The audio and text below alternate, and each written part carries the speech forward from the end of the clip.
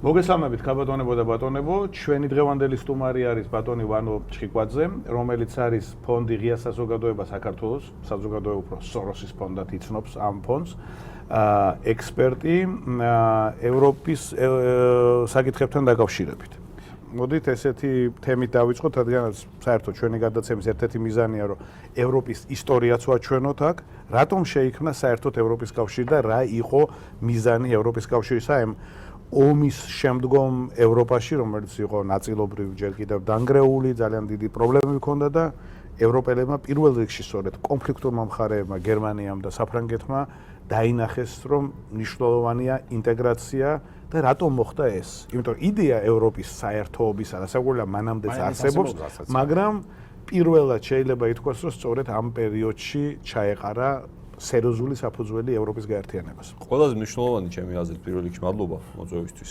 მეორე რიგში ყველაზე მნიშვნელოვანი ჩემი აზრით ის, რასაც ევროკავშირმა მიაღწია და რისთვის არსებობს ევროკავშირი, ბევრ სხვა ეკონომიკურ სიკეთეებთან და ასე შემდეგ ეს მერე მოდის, ეს არის პირველ რიგში მშვიდობა. მშვიდობა კონტინენტზე, იმდენად რამდენადაც თქვენ ახსენეთ ომები 14-დან 18 წლამდე და შემდეგ პირველი და მეორე 19-დან 45 და მე გაყოფა ევროპის ეს ჯამში არის რამოდენიმე წელი და ჩვენ ნახეთ სულ ახლახანს რა მდგომარეობაში ჩაცვიდა ჩავარდა ჩვენი ქვეყანა, როცა იყო ფაქტობრივად 8 დღიანი თუ 4 დღიანი თუ 5 დღიანი ომი, ხო?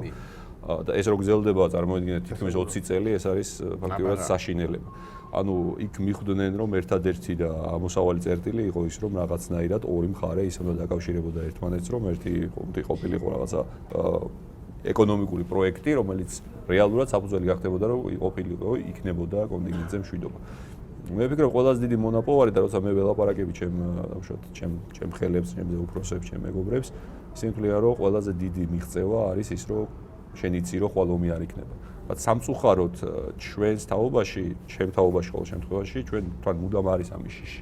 რომ აი შეიძლება არ იყოს ხვალ, მაგრამ იყოს ზეგ. იმიტომ რომ ჩვენ ეს საქართველოს ტერიტორიების ნაწილი, დიდი ნაწილი ოკუპირებულია, იქ დგას სხვა ჩვენთვის ტრული სახელმწიფოს ჯარი, იარაღით, რომელიც მუდმივად ცვლის ამ ეგრეთ წოდებულ საზღვრებსა და უახლოვდება ცენტრალურ მაგისტრალს და ფაქტობრივად ეს არის სწორედ ის ხვალინდელი დღე, იცი რომ შენი გარანტირებული ნამდვილად არის რომ მშვიდობა არ იქნება. მე ვფიქრობ ეს არის ყველაზე დიდი მონაპოვარი მშვიდობა კონტინენტის, მერე მოდის უკვე კონტინენტის, მერე მოდის უკვე დაუშვათ ეს ეკონომიკური კეთილდღეობა, თავისუფალი გადაადგილება და ასე შემდეგ და ასე შემდეგ. ანუ რეალურად ერთის და მეორე მხარეს ეს ალბათ უფრო უცხოური სიტყვა, მაგრამ ლიდერშიპის დამსახურებაც არის დამსახურება ერთი მხრივ დაუშვათ აჭარი ადამიანის, რომელმაც ეს იდეა შემდეგ მიაწოდა და აიტანა ზედა დონეზე და იმისი რომ ამ ადამიანებს ჰქონდათ ხედვა იმისა, რომ ეს სადღაც უნდა დამთავრებული იყო, შეუძლებელი იყო.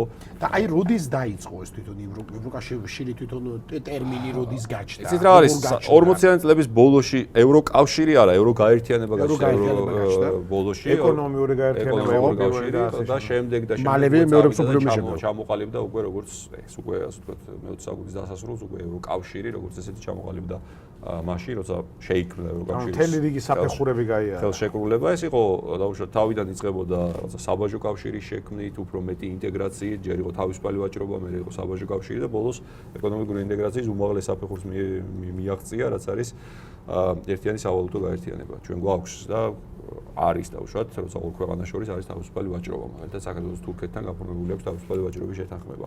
ჩვენ გვხდება ასევე შემთხვევები, როდესაც არის ერთ ქვეყანასა და მეორე ქვეყანას შორის, ან ამოდენიმე ქვეყანას შორის საბაჟო კავშირი, მაგალითად თურქეთი და ევროკავშირი საბაჟო კავშირში არიან ერთმანეთთან, რაც ნიშნავს, რომ მათ გააჩნიათ ერთიანი საგარეო ტარიფები, როცა ეკონომიკაზე მიდგება საქმე. მაგრამ არ არსებობს ამ ეტაპზე არც ერთი ეკონომიკური გაერთიანება, რომელსაც გააჩნია ერთიანი ვალუტა. ერთადერთი ესეთი არის ევროკავშირი და ეს არის ფაქტიურად წვერვალი ეკონომიკური ინტეგრაციის. და აი ბატონო ვანო, ამას აი ხშირად ისმის ხოლმე კრიტიკა თვითონ ევროპის მიმართ, ევროკავშირის მიმართ, რომ ეკონომიკურად არათანაბარ დონეზე მყოფი ქვეყნები რამდენად შეიძლება რომ არსებობდნენ ამ კავშირში, იმიტომ რომ თქვა საბერძნეთის კრიზისის დროს, უმეტესწილად პოპულისტი პოლიტიკოსები ამბობდნენ ამას, რომ არ ჯობდა განარო დრაქმებით გვეცხოვრა და თქვა ევრო არ ყოფილიყო თქვა საბერძნეთში, ამ დრაქმებით არ გამკოტრდებოდით და საბერძნეთი ასე არ გაღარიბდებოდა და ასე შემდეგ და ასე. ნუ ასეთი ხმები, ინტონაციები ისმის თქვა იგივე მაგრამ ბულგარეთში ხელა შეიძლება მოგებანახა მაგალითად საბერძნეთმა სწორედ ევროპაში ინტეგრაციით ეს ხო წარმოუდგენელი დიდი ეკონომიკური ზრდა არის. ისე როგორც იმ ქვეყნებისათვის, რომელიც მართლაც ეკონომიურად დაბალ დონეზე არიან განვითარებული, მათ წარმოუდგენად დიდი ტრანსფერი არის განვითარებული ქვეყნებიდან და ასე ვთქვათ სიმძიმის მეტნაკლებად დაბალანსება ამისი კარგი მაგალითი კიდევ არის ირლანდია. გასაგებია. ირლანდიაც არც თუ ისე კარგ მდგომარეობაში იყო, არა ისე როგორც საბერძნეთი, მაგრამ ბევრიც აღარ უკლდა. როგორც ესპანეთი ხო. მას გამოუყვეს შესაბამისი დახმარება და სხვათა შორის მინდა გითხრათ, რომ 2016 წლისთვის ეკონომიკური ზრდა ირლანდიის უკვე პროგნოზირებული, ასე ვთქვათ, არის 6% და როცა ლაპარაკი არის ისეთ განვითარებულ ქვეყანაზე, როგორც არის ირლანდია და როცა ეს არის 6%, ეს ნიშნავს, რომ ძალიან დიდი წინსვლა არის. სხვათა შორის ის რომ ევროკავშირი დაიშლება, ევროკავშირმა თავისთავად ამოწურა, ეს პირველად და არც უკანასკნელად არ ყოფილა, როცა იყო უშუალოდ ავტობის კრიზისი 73 წელში, ეს ყველა ფაქტიურად ვარაუდობდა, რომ დამთავრდა ევროკავშირი აღარ იქნება. მე იყო ევროს კრიზისი, აგერ ჩვენს თვალწინ. ხო, ანუ ეს სულ ჩნდება, რომ ეხლა დამთავრდება. ის იმდენად ისე არიან ეს ქვეყნები ერთმანეთთან გადაჯაჭვული, რომ რეალურად მისი ესე ადვილად დასრულება არც ისე და რატომ არის მუდმივად რატო არის რომ ევროპის იდეა უნდა დასრულდეს ანუ რომ რაღაცა დასავლური ამასინათაც მკითხულობდეს გამოჭკვიანი კაცისგან თითქოს და ისის ლაპარაკობს რაღაცა სრულიად აპოკალიფტურ სცენარებზე რამაც ძალიან გამაკვირვა რომ ეს ადამიანი იმეორებს პრინციპში ისიც გასაგებია საიდან მოდის ეს იდეები რომ აი დასავლური ცივილიზაცია და ევროპული ცივილიზაცია დასრულდა ხო არა ესეთები ესეთები ძალიან ხშირად სიმართლე გითხრათ სვენია ამიკითხავს ჭკვიანი ხალხისგან, ნაკლებად ჭკვიანი ხალხისგან.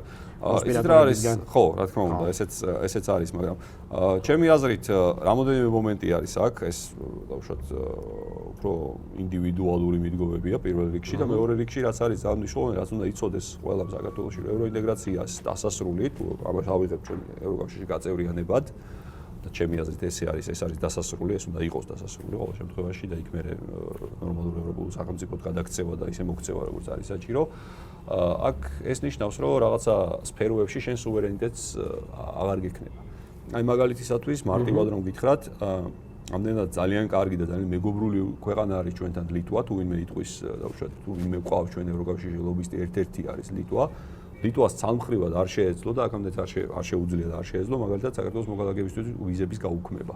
ანუ ეს ლაპარაკი ეგრეძლო არ შეეძლო საქართველოსთან თავისუფალი ვაჭრობის შეთანხმების გაფორმება. რატომ? იმიტომ რომ ის როდესაც გახდა ევროკავშირის წევრი სახელმწიფო, მან რაღაცა სფეროში თავისი სუვერენიტეტის ნაწილი გადასცა ზესახელმწიფოებრივ ინსტიტუტებს, როგორც არის ევროკავშირის საბჭო, და უშუალოდ მინისტრთა საბჭო, კომისია და ასე შემდეგ და ასე შემდეგ. ანუ შენ როცა ხდები რაღაცის წევრი, შენ აკეთებ სუვერენიტეტის გაზიარებას შენი ქვეყნის. და შესაბამისად არ ხარ მარტო, ასე ვთქვათ, შენ არ ხარ ამ სუვერენიტეტის დამცველი, არამედ სხვებთან ერთად ამ სუვერენიტეტს იცავ. ისე როგორც მაგალითად შენგენის ზონა რა არის შენგენის ზონა. როცა შენ გევალება არა, უშუალოდ შენი კონკრეტული საზღვრების დაცვა, არამედ შენ გევალება რომ გარე პერიმეტრზე გააკონტროლო. ამას სერიოზული კრიზისი აქვს სწორედ წელს, როდესაც აი 2015 იყო ამის კრიზისის მაგალითი, როდესაც გარკვეულმა ქვეყნებმა ის არ შეასრულეს თავზე პასუხისმგებლობა, რომელიც მათ ჰქონდათ აღებული, მაგალითად უნგრეთმა, ხო? საერთოდ კედლის შედებაზე არის ლაპარაკი. ხო, არა, ეს ყოველთვის ხდება, ეს არის უბრალოდ ხშირ შემთხვევაში ძალიან ასე ვთქვათ, პოპულისტური თემა. ძალიან ბევრჯერ, სამწუხაროდ საქართველოს ბოლო პერიოდში მე დავინახე, რომ რაღაცა არაპოპულარულ გადაწყვეტილებებს, აი მაგალითად ეს იყო სავიზო რეჟიმის საკითხი, როცა ჩვენ შემოვიდეთ ახალი, ასე ვთქვათ, კანონის სიცვლილებები შევიტანეთ, ეს დაბრალდა ბრიუსელს და ითქვა, რომ ეს ჩვენი ბრალი კი არ არის, ჩვენ კი არ მოვიფიქრეთ ესე, არამედ ბრიუსელმა გადაბრალება მოხდა პირდაპირ. ეს ჩვეულებრივი ამბავია, ძალიან ხშირ შემთხვევაში, ბევრი ასე ვთქვათ, ლიდერი ცდილობს, რომ თვითონ კი არ დაიბრალოს ეს თავის თავზე და თავის შეცდომას კი არ მიაწეროს, რომ შეეცადოს, რომ ასე ვთქვათ, დააბრალოს ეს ბრიუსელს. ცოდნა და ცნობიერება ბრიუსელთან იმასთან დაკავშირებით, როგორ მუშაობს ევროკავშირი, ვეთყოდი, რაღაცა არც თუ ისე ფანტასტიკურად მაღალია ევროკავშირის შიგნით, ამიტომ ადამიანები აღარ მისდევენ შემდეგ, ასე ვთქვათ, აღარ აკეთებენ შემოწმებას იმისას, თუ რამდენად მართლაც იქიდან მოდის ეს და რამდენად მართლაც ბრიუსელის მოთხოვნაა თუ ეს ამ ადამიანის მოთხოვნა. შიგნით ევროპის კავშირშიც არსებობს სასაგურებელი კრიტიკა, მაგალითად იმ ზებიუროკრატიზაციისა. და თავისთავად როდესაც ხატავთ ევროპის სურათს, ასე გველი უკეთესად გავიგოთ ევროპა იმ პრობლემებითაც, რომელიც არსებობს სასაგურებელი ევროპაში, მაგრამ თავარი არის ის, რომ ძირითადი საკითხები კონსენსის საშუალებით წყდება და აი ეს არის სწორედ ის პლუსი, რომელიც აქვს ევროპას. მაგრამ აი ყოველთვის გვინდა რომ რაღაცა სწრაფად, აი ყოველთვის არის კრიტიკა, რომ აი სად იყო ევროპა, სად არის ევროპა, რატო არ არის ჩქარა, რატო არ არის გადაწყვეტილებას. ევროკავშირში გადაწყვეტილება მიიღება კონსენსუსით. 28 წევრი ქვეყანა, წარმოვიდგინეთ 28 სხვადასხვა წარსულის, სხვადასხვა შეიძლება არ ვიცი, ოდესმე მომავლის, ან სხვადასხვა განვითარების დონის ქვეყანა ჯდება ერთ მაგიდის ირგვლივ, სხვადასხვა ინტერესების. ეხლა მე ჩვენ თუ ავიღებთ საგარეო პოლიტიკას, მაგალითად პორტუგალიის საგარეო პოლიტიკური ინტერესები და პრიორიტეტები ნამდვილად არ ემთხვევა მაგალითად ესტონეთის საგარეო პოლიტიკის ინტერესებს, ის იხუბრება იქით. თუ ავიღებთ საფრანგეთის საგარეო პოლიტიკის პრიორიტეტებს, ის ნამდვილად არ არის პირველ რიგში აქ საქართველოს და სამხრეთ კავკასია არ იგულისხმება. შესაბამისად ეს ხალხი, ეს 28 ლიდერი ფაქტიურად ან 28 მინისტრი გააჩნია თემას, უნდა დასყდნენ, უნდა მოილაპარაკონ ერთ თემაზე და უნდა მოილაპარაკონ ისე რომ მიაღწიონ კონსენსუსს. ვიღაცამ რაღაცა უნდა დათმოს. ამიტომ არის რომ გადაწყვეტილების მიღების და მე არის ეს, ასე ვთქვათ, check and balance-ის სისტემა, რომელიც არის ფაქტიურად ყველა არის ჩართული. ამას აკრიტიკებენ ზუსტად, რომ რამდენად სწორია ეს, რამდენად არასწორია, რამდენად კარგია ის, რომ ევროპარლამენტის გარეშე ვერაფერ გადაწყვეტილებას ვერ მიიღებ, რამდენად აი იგივე ვიზის ლიბერალიზაციის თემა, რაც ალბათ ყველაზე აქტუალურია ის, ხო? ამას დაჭირდა ფაქტიურად 3 წელი, რომ ჩვენ მივსულიყავით იქამდე, სადაც მივედით ეხლა ხანს, ხო, რამოდენიმე დღის წინ. და ეს დაჭირდა იმიტომ, რომ ყველა ფაქტიურად მთელი ეს ევროკავშირის ინსტიტუტები, გვინდოდა თუ არ გვინდოდა, ისინი ჩართული იყვნენ ამ პროცესში და გვაკვირდებოდნენ, რამდენად ვაკეთებდით, ამან არ ვაკეთებდით. იგივე ასოცირების ხაშაკულების რატიფიკაციის პროცესი, აი 1 წელი. მაგრამ იმასაც ხაზი უნდა გაუსვათ, აი ევროპის მოკრიტიკეთა საწინააღმდეგოდ, რომ მიუხედავად იმისა, რომ თქვათ, სადღაც ბალტიის ქვეყნებს ბევრად უფრო ნაკლები ეკონომიური სიძლიერე აქვთ, თქვათ, და შეიძლება, მაგრამ მათი პოლიტიკური, თქვათ, უფლებები ისევე მნიშვნელოვანია, როგორც მაგალითად გერმანიის ან საფრანგეთის მეტნაკლებად, რამდენადაც ეს შესაძლებელი არის, ანუ მათ გარეშე გადაწყვეტილებები ვერ მიიღება, მათ თავს ვერ მოახვევენ გადაწყვეტილებას და თანასწორები არიან მიუხედავად სიდიდისა, ეკონომიური სიდიდისა თუ სხვადასხვა. რა თქმა უნდა, ეს ძალიან მნიშვნელოვანია. ორი მომენტი კიდევ განვითარებაზე რომ მიდგება საქმე და ეს მაგალითი ძალიან ცნობილია ალბათ, მანამდეც გსმენიათ. ეს არის უკრაინის და პოლონეთის საკითხი. როცა დაიშალა საბჭოთა კავშირი განვითარების დონით, ანუ ფლიანში და პროდუქტით სულ მოსახლეზე, უკრაინა და პოლონეთი და ქვეყნის დავუშვათ სიდიდით, მოსახლეობის რაოდენობით, ეს იყო თანაბარი ორი თითქმის თანაბარი ზომის სახელმწიფო. დღეს მას შემდეგ გავიდა რამოდენიმე წელი და დღეს 24-25 წელი და დღეს უკრაინა 4-ჯერ ჩამორჩება ეკონომიკური განვითარების დონით პოლონეთს. იმდენად რამდენადაც პოლონეთმა, ასე ვთქვათ, ძალიან სწრაფი ტემპებით, ну, ამაში რა თქმა უნდა თვითონ მდგომარეობაც და საგარეო პოლიტიკაც და არსებული სიტუაციას დაეხმარა, მაგრამ დღეს ის 4-ჯერ უფრო წინ არის ეკონომიკური თვალსაზრისით, ვიდრე არის უკრაინა პარამეტრით პრინციპში მსგავსი ქვეყანა, ხო? ხო, აბსოლუტურად, ანუ ეს თითქმის იგივეა, რაც გეოგრაფიული მდებარეობითაც მეტნაკლებად, თუმცა ის რუსეთს ესაზღვრება. მაგრამ ვანო, რა შეიძლება იყოს უკვე არაპოპულისტური კუთხით, მაგრამ თქვენი აზრით, აი რა ტიპის შეცდომები შეიძლებოდა რომ დაეშვა, თქვათ, ბოლო წლებში, თქვათ, იგივე ეკონომიკურ კრიზისთან მიმართებაში, თქვათ, ევროკავშირში, თქვათ, იგივე მე საბერძნეთიდან გამომდინარე ვისაუბრებით, რომ უფრო ხშირად ვარ ხოლმე იქ, უფრო ვიცი მეტნაკლებად, რომ თქვათ, აი მუდმივად აკრიტიკებდნენ ევროკავშირს, რომ რატომ აძლევდნენ თუნდაც ამ კორუმპირებულ მთავრობებს წლების განმავლობაში ამხელა ცესხს. როდესაც ერთხელ არ დაბრუნდა მარტივად, თქვათ, მეორედ ვერ დააბრუნა, მესამედ ვერ დააბრუნა. მუდმივად ხდებოდა ისე უშუალებელი ცესხის მიცემა, ამიტომ ხალხი იყო აღშფოთებული, რომ მთავრობები ჭამენ ამ ფულს, თქვათ, იგივე საბერძნეთი იქნებოდა ეს თუ თქვათ, პორტუგალიელები თუ თქვათ, გები ესპანეთშიც იყო, ამიტომ მაგრამ მაინც საბერძნეთი ძალიან დიდი განსხვავება, რომ თქვათ, მთავრობები ჭამენ ამ მილიონებს, მილიარდებს და ხალხამდე ეს არ მოდის და რატომ არის მაინც ევროკავშირი ბრიუსელისთვის პარტნიორი, თქვათ, მთავრობა, ამ მთავრობები. ეს რა არის, ევროკავშირის დამოკიდებულება არ არის მაინც დასაჯოს ვინმე. მაგალითად, იგივე ეხლა ხანს, სულ ეხლა ხანს, მაგალითისათვის შემიძლია გითხრათ, რომ მოლოდინი სომხეთში, მე ჩემი კოლეგები ამბობენ, რომ იყო ის, რომ ევროკავშირი მათ დასჭიდათ იმ გადაწყვეტილების გამო, რაც უნდა მათ მიიღეს. ანუ ევროკავშირი არ არის. ანუ ევრაზიის კავშირში. ხო, ევრაზიის კავშირში შესვლის გამო, მაგრამ ის არ არის, არ მიიღო მათ მაგის გადაწყვეტილება და ეხლა ხანს. იმიტომ რომ ევრაზიის კავშირისგან განსხვავებით, რომელიც დიდი მათრახით არის, შესაძლებელი ხო. ანუ აქ არის აქ იყო, რომ ჩვენ მათ გადაწყვიტეს, რომ გაეფორმებინათ პოლიტიკური ნაწილი ხელშეკრულების, რაც არ ეხება სავაჭრო ნაწილს, გამოიღეს, გამოშიგნეს ეს დოკუმენტი და ეხლა იქნება გაფორმდება პოლიტიკური ხელშეკრულება სომხეთთან ევროკავშირსა და უკმაყოფილებას რა განსხვავებაა ეს? რომელიც ძირითადად არის ფაქტიურად ასოცირების ხელშეკრულებიდან აღებული, რაც ჩვენ გავაფორმეთ, მაგრამ არის მხოლოდ პოლიტიკური ნაწილი, იმდან რამდენადაც ვაჭრობით სომხეთი პირდაპირ არის დაკავშირებული ევრაზიულ კავშირთან და აქედან გამომდინარე შეუძლებელია ეს ორი რამ ერთმანეთთან წინააღმდეგობაში მოდის. ეს ძალიან საინტერესო იქნება, რომ ნახავთ შედეგებს აი ხა ხო არის ამ პრორუსული ძალები საქართველოში და რომ ხედავენ ამ დიდ რუსეთს და ბაზარს რუსეთისას, აი ძალიან საინტერესო იქნება, როდესაც ვნახავთ როგორ იქნება სომხური ეკონომიკა, როგორ განვითარდება და თუნდაც ქართული ეკონომიკა. ხო, ეს რა თქმა უნდა, რაღაცა ორი შეჯიბრი ხდება და ნახოთ როგორ იქნება. ყოველ შემთხვევაში ამ ეტაპზე არ დავდებდი მაინც და მაინც. ხო, რაც შეეხება საბერძნეთთან დაკავშირებით, მე ვფიქრობ, თავიდანვე იქნა დაშვებული შეცდომა, როცა ის ევროზონაში გაწევრიან და როცა ის მიიღეს ევროზონაში, იმდენ რამდენადაც იქ არის კონკრეტული კრიტერიუმები, მაასტრიხტის კრიტერიუმები და ესე ეძახიან მას და ყოველ შემთხვევაში იმ ეტაპზე სრულად საბერძნეთი მას არ აკმაყოფილებდა.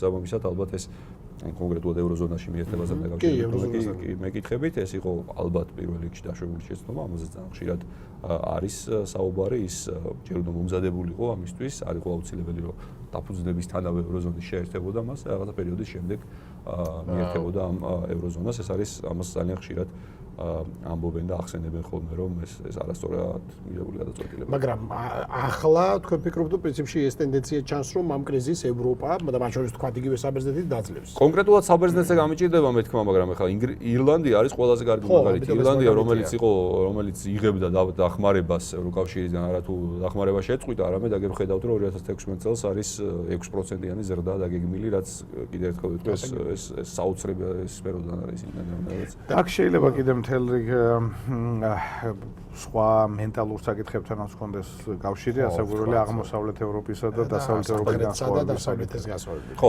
თუნდაც სამუშაო მორალის, ხო, სამუშაო მორალთან დაკავშირებით და ასე შემდეგ. ხო, მაგრამ ამაზე მოკლე დღეები ეს ცალკე ამაზე არ ჩავარდნოთ კომედიების თემებია, ხო. თქვენი აზრით, თავარი გამოწვევა ილაშემაც რაღაცა შეეხო ამ საკითხს, რა არის ევროკავშირისთვის დღეს?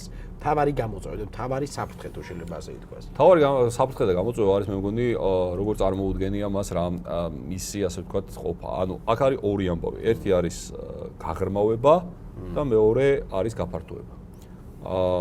ეს ორი პროცესი შეიძლება წავიდეს პარალელურად, მაგრამ ეხლა რასაც უყურებთ ევროკავშირში, ასე ვთქვათ, დაპაუზებული არის გაფართოების საკითხი. ყოველ შემთხვევაში კომისიამ, რომელიც ეხლა ხანს არც თუ ეხლა ხანს, მაგრამ მაინც ახალია შედარებით, მათ განაცხადეს, რომ ჩვენ მომავალი 3-4 წლის მანძილზე არ ვაპირებთ ევროკავშირი არ გაფართოვდება. ანუ მთელი აქცენტი გადატანილი არის, რომ ეხლა ჩვენ უნდა გავაღრმავოთ ურთიერთობები, ანუ უფრო მეტი ინტეგრაცია უნდა იყოს თვითონ ქვეყნებში. რატომ გაჩნდა ეს შიში გაფართოების მიმართ? სწორედ ამ შიში გაფართოების ეკონომიკური საფუძვლის ალბათ ერთ-ერთი ესეც გახლავთ. თანაბარი იმდენად რამდენადაც ჩვენ ნახეთ, რომ 2004 წელს მოხდა დიდი გაფართოება, როდესაც ფაქტიურად ევროკავშირი გაორმაგდა. მსგავსი რამ ისტორიაში საერთოდ ევროკავშირის არსებობის მანძილზე არ მოხდარა, რომ ერთ დღეს 12 ქვეყანა ფაქტიურად, 10 და მე კიდე 2 შეერთებოდა ევროკავშირს და ასე ვთქვათ ეს ხარშვის პროცესი ძალიან დიდი ხანი გაგრძელდა. ბევრი თვლიდა და თვლის, რომ ეს იყო ძალიან დიდი შეცდომა, იმდენ რამდენადაც ვიღაცას დასავლეთ ევროპის ზოგიერთ ქვეყანაში ეშინია, რომ დაუშვათ აქედან ჩავა ადამიანი, რომელიც მას წაართმევს სამუშაო ადგილს. ამას გარდა არ უნდა დაგვავიწყდეს, რომ ევროპას უკვე მიცემული აქვს პირობა ევროკავშირში გაწევრიანებისა დასავლეთ ბალკანეთის ქვეყნებისთვის. და ისინი ფაქტიურად თავიანთ რიგს ელოდებიან. ჩვენთვის, ჩვენ საქართველოსთვის ეს არ ყოფილა, მსგავსი დაპირება, ყოველ შემთხვევაში ოფიციალურად ამ ეტაპზე, მაგრამ ჩვენ მაინც ასე ვთქვათ, ღიად ვაცხადებთ, რომ ჩვენ აუცილებლად უნდა გავხდეთ ევროკავშირის წევრი. ანუ მთავარი ამოსავალი წერტილი არის, როგორი იქნება ევროკავშირი, რამდენად უპასუხებს, აი ელემენტარულად მაგალითად ევროკავშირის დღეს აქვს უსაფრთხოების სტრატეგია, რომელიც თავის დროზე მოამზადა ხავიერ სოლანამ, ეს იყო 2003 წელს და 2003 წლის შემდეგ ანუ ამ თვალსაზრისით იმდენად შეიცვალა სიტუაცია ევროკავშირის შიგნით და ევროკავშირის გარეთ, თუ ნახავთ მაგალითად ჩრდილოეთ აფრიკა, რომელიც იყო აზრი, რომ ეს რაღაცა ეს რევოლუციები, ეს არაბული გაზაფხული რაღაც კონკრეტულ შედეგებს მოიტანდა, რეალურად ის ვერ მივიღეთ და ვერ მიიღეს. პირიქითაც შეიძლება ანუ აქედან გამომდინარე აი ესეთი საკითხები, რაც არის უსაფრთხოება, რაც არის მიგრაცია, ეს არის წინა პლანზე დაუშვათ წამოწეული და ნაკლებად ექცევა ყურადღება ეს მეორე მიმდინარეობას, ასე ვთქვათ, მეორე საკითხს, რაც უკავშირდება ევროკავშირის გაფართოებას. ამ ეტაპზე ამაზე პაუზა არის. მაგრამ თვითონ აი ის თქვათ იგივე ასოცირების ხელშეკრულება, რომელიც ჩვენ გავაფორმეთ ევროკავშირთან, ან იგივე ვიზების ლიბერალიზაციის ძალიან მნიშვნელოვანი ფაქტი ალბათ არის, ხომ? ცხადია, საწინდარი იმისა, რომ საქართველოს ჩვენთან მიმართებაში საქართველოს გახდეს ამ გაფართოების ნაწილი. პროგრესი არის, მაგრამ იცით რა არის? რა საფეხურია ეს რა არის? ეს ჩემი აზრით, ანუ ეს საკითხი ინტეგრაციის საკითხი გას ესე რომ როცა ჩვენ ასოცირების ხელშეკრულებას ხელი მოვაწერეთ, უпроსოდ პარაფირება რომ მოახდინეთ ვილნიუსში, აი ამ ცნობილი მუსიკის ფონზე. კი, შალახული პინტაურის მაშინ იქ ითქვა კომუნიკეში, რომ ეს არ არის ბოლო გაჩერება. რომ ამის შემდეგ ჩვენ განვიხილავთ საქართველოსთან შემდგომ ინტეგრაციას. ჩემი წარმოდგენით ჩვენ გვაქვს ესე ვთქვათ რამოდენიმე ვარიანტი ახლა შემდგომი განვითარების. ერთი ჩვენ მუდამ დავრჩებით ამ ასოცირების ხელშეკრულებასთან ერთად და როგორც ბოდიში თურქეთი არის დიდი ხანი, ხო? შესაძლებელია, მაგრამ ზუსტი პარალელი ცოტა ძნელი გასავლელია, ეს ერთი. მეორე, ჩვენ ამ ასოცირების ხელშეკრულებას შევასრულებთ და გავხდებით ისეთივე ქვეყანა, როგორც არის ევროპის ეკონომიკური სივრცის ქვეყნები, როგორიც არიან მაგალითად შვეიცი, ანუ ზუსტად ვერ გავხდებით, მაგრამ შეიძლება რაღაც ფორმალურად გავხდეთ ისეთივე, როგორც არის შვეიცარია, როგორც არის დაუშვათ ლიხტენშტაინი და ისლანდია. რა ხდება ამ ქვეყნებთან მიმართებაში? ამ ქვეყნებთან მიმართებაში ხდება ის, რომ ისინი ყველაფერში არიან ჩართული ევროკავშირში, უბრალოდ გადაწყვეტილების მიღების მაგიდასთან არ წხედან მათი წარმომადგენლები. ამდენად გვინდა ეს ცალკე საკითხია. და მესამე თემა ეს არის ის, რომ საქართველოს და იქ ითქვა, რომ ეს არ არის ბოლო გაჩერება, საქართველოს შემდეგი გაჩერება იყოს ევროპული პერსპექტივა. ამდენად რეალურია ეს, საგარეო პოლიტიკაში ზოგადად არ არსებობს რაღაც არარეალური საკითხები, შეიძლება დღეს ფიქრობდე, რომ ეს წარმოუდგენელია და ხვალ ეს მოხდეს. მაგალითად მე ძნელად წარმომედგინა ადამიანი, ან ნაკლებად წარმომედგინა საქართველოში, ყოველ შემთხვევაში ბევრი არ იყო, ვინც 2011 წელს იფიქრებდა, რომ საქართველოს და ევროკავშირის შორის უვიზო მიმოსვლა იქნებოდა. ნამდვილად. ესეთი რამე წარმოუდგენელი იყო. ძალიან იშვიათად თავის დროზე ფიქრობდი, რომ შეიძლებოდა რაღაც ეტაპზე, მაგალითად 94 წელს ამდენად ვიცი, არ ქონდა CIA ფიქრობდა, რომ დაუშვათ არ დაინგრეოდა საბჭოთა კავშირი. კი, მოსახლეობაზე საერთოდ. შესაბამისად ჩვენ არ ვიცით რა მოხდება. მაგრამ თუნდაც თურქეთის მაგალითი, რომელიც დიდი ხანი ელოდებოდა ევროპის კავშირში ასევე გაწევრიანებასაც, არის ძალიან კარგი მაგალითი იმისი, რომ ამ ასოციაციის ხელშეკრულება როგორ შეუწყო წარმოუდგენელ ზრდას თურქეთის ეკონომიკისა, თუნდაც. მაგრამ მათ კარგად გაიგეს რა მოგება შეიძლება ქონდეთ აქედან და ძალიან მნიშვნელოვანია რომ საქართველოშიაც გავიგოთ გზები, უკეთესად ვიცოდეთ როგორი მოგება შეიძლება ჩვენ ვნახოთ აი ამ ევროპასთან თუნდაც ასოციაციის ხელშეკრულებით, რომელიც არის ძალიან დიდი ნაბიჯი წინ გადადგმული. ეს მოიცავს აბსოლუტურად ყველაფერს, აბსოლუტურად, აი თუ არ არის თემა, არ არის სფერო, რომელსაც არ შეეხებოდეს ეს ასოციაციის ხელშეკრულება, მას ხშირად ეძახიან მოდერნიზაციის გეგმას, მე ვფიქრობ აბსოლუტურად სამართლიანად, ჩემი აზრით, იმდენად რამდენადაც ეს ნებისმიერ საკითხს, აი დაწყებული სურსათის უნებლობიდან, დამთავრებული მანქანების ტექნიკური დათვალიერებით, შრომის უფლებებით, ასევე ბავშვთა უფლებებით, ყველაფერი აბსოლუტურად ეს არის გაერთიანებული აი ამ დოკუმენტში, რომელიც 1000 გვერდზე მეტია, 1200 გვერდია და ჩვენ არ გვეუბნებიან, რომ ეს ხვალ და ზეგ უნდა გააკეთოთ. ზოგადად ევროინტეგრაციის პროცესი ეს არის პროცესი, რომელიც არის განგრძობითი, რომელსაც იწყებს ერთი ხელისუფლება ამთავრებს მეორე ან მესამე ან მეოთხე ხელისუფლება. იგივე ახლა პოლონეთს ვსაუბრობთ, პოლონეთში დაიწყო ეს ხელისუფლება, რომელიც მოვიდა ამ მიმართულებით სულ 91 წელს, ფაქტიურად და დაამთავრა ხელისუფლება, რომელიც იყო 2004 წელს. ანუ სამწუხაროდ არის ხშირად ხელისუფლებები, რომლებსაც უწევთ არც თუ ისე პოპულარული რეფორმის გატარება და საბოლოო შედეგს მე იღებს ის, ვინც შემდეგ მოდის ასე ვთქვათ. მაგრამ თავარი არის რომ ეს პროცესი და არის მემკვიდრეობითობა თუ შეიძლება ასე. ამას უნდა მივეჩვიოთ ბოლოს და ბოლოს საქართველოსიც, რომ წვეტები კი არ უნდა იყოს ხელისუფლებებს შორის, არამედ უნდა იყოს ეს ერთი გრძელვადიანი ხაზი, რასაც უნდა ითქვას, რომ აი მაგალითად თუნდაც ევროპასთან ინტეგრაციის მიმართულებით ეთქობა, რომ არსებობს რაღაცა გენერალური სურვილი საქართველოსი და არსებობს რაღაცა ძალიან დასამართებელი. უაღრესი. არა, ეს აშკარაა და ეს ალსახა იმედია, ეს არ შეიძლება მომავალ წლებში როცა გვიქნება. შესანიშნავია და ბატონო ვანო, მე მინდა ცოტათი ისეთი შეკითხვა დაგისვათ, რომელიც ცოტა სხვა ოპერიდან არის, მაგრამ ზოგჯერ უსვამთ ხოლმე ყოველთვის არებს, მე ვიცი რომ თქვენ დიდი გულშემატკივარი ხართ არა მხოლოდ ევროპის, არამედ ფეხბურთისაც, არ ვიცი რამდენად კავშირში ეს ევროპულ სენტიმენტებთან, მაგრამ გვაინტერესებს თქვენი პირველი შთაბეჭდილება, აი რა იყო, ჩვენ ვეკითხებით ხოლმე ჩვენ სტუმრებს, პირველი განცდა ევროპიდან, ხო, აი ევროპასთან რა მოახდინა პირველი მასშტაბეჭდილება, ან რასთან ასოცირდება ევროპა? ჩემთვის პირველი განცდა იყო, როდესაც ვარშავის აეროპორტში ჩავფრინდი, ბარგი ავიღე, გამოვედი და გზა, ასე ვთქვათ, გადასასვლელზე მანქანების კოლონა, რომელიც მოდიოდა, გაჩერდა.